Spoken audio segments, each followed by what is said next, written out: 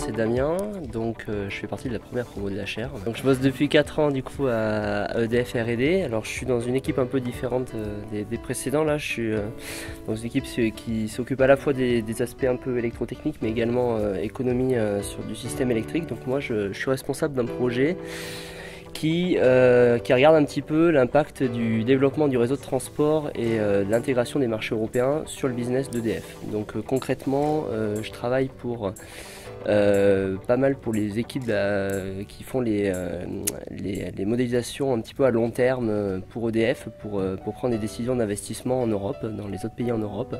Et donc ces équipes font tourner des modèles et dans ces modèles ils ont besoin d'avoir une vision un petit peu notamment des interconnexions en Europe, des capacités d'échange. Donc on bosse un peu sur ce sujet.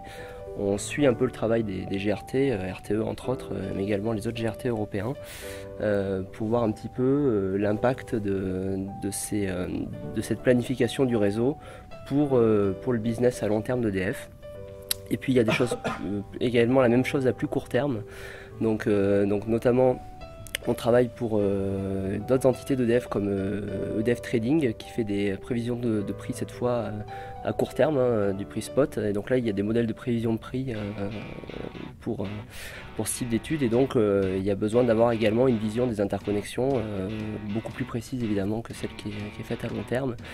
Et donc d'avoir également, de voir un petit peu l'impact des mécanismes de marché sur la gestion des interconnexions en Europe, donc, et notamment la déclinaison des codes réseau européens change un petit peu certaines pratiques sur la gestion des interconnexions en Europe. Donc notamment vous avez peut-être entendu parler du flow-based qui est mis en place depuis l'an dernier, qui a un impact fort sur des acteurs comme EDF sur son business.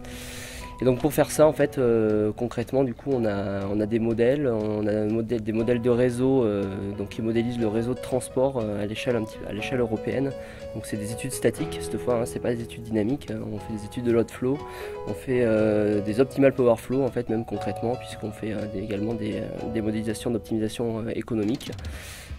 Pour avoir un petit peu une vision de nous en fait, puisqu'à EDF évidemment il n'y a plus donc la planification est faite à RTE et donc c'est important pour EDF de garder une compréhension de ces problématiques du réseau de transport. Donc voilà, donc ça fait 4 ans que je travaille dans cette équipe. J'ai commencé vraiment par les études, maintenant je suis plutôt sur le pilotage du projet et c'est une thématique vraiment d'actualité, notamment avec tout ce qui se passe au niveau européen sur les codes réseau, etc. Qui fait que c'est une activité vraiment très, très intéressante.